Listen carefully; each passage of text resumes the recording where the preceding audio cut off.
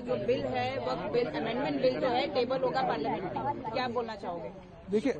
ये मेहनत का रंगाई जो सरकार ने जिस उद्देश्य से दिया था स्पीकर साहब से कि इस बिल को आप जेपीसी को सुपर्द कर दें और जेपीसी से पूरे देश के स्टेक होल्डर के साथ बात करें। मैं आज कह सकता हूं कि जब हमने साउथ इंडिया का दौरा किया था और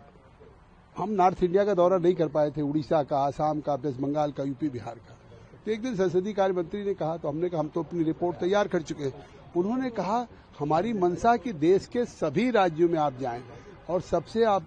स्टेक होल्डर से बात करें। तो आज वो हमारी जो 428 पेज की हमने रिपोर्ट दी, सभी स्टेक होल्डर्स के साथ, स्टेट गवर्नमेंट के ऑफिशियल के साथ, all India Muslim personal law board, जमायते उलमा या इस्लामिक स्कॉलर जितने लोग हैं इनके साथ किया।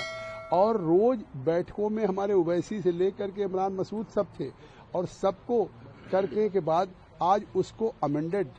फॉर्म में बिल लेकर के सरकार आ रही है। ये निश्चित तौर से एक ऐतिहासिक दिन है क्योंकि 1995 2013 में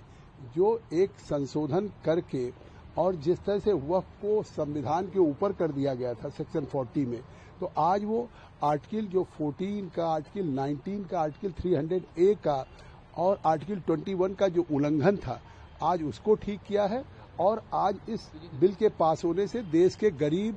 पसमानदा, आम मुसलमानों का इसका फायदा मिलेगा। लेकिन लगातार क्वेश्चन कर रहा है और जो है डिस्ट्रक्शन कर रहा है,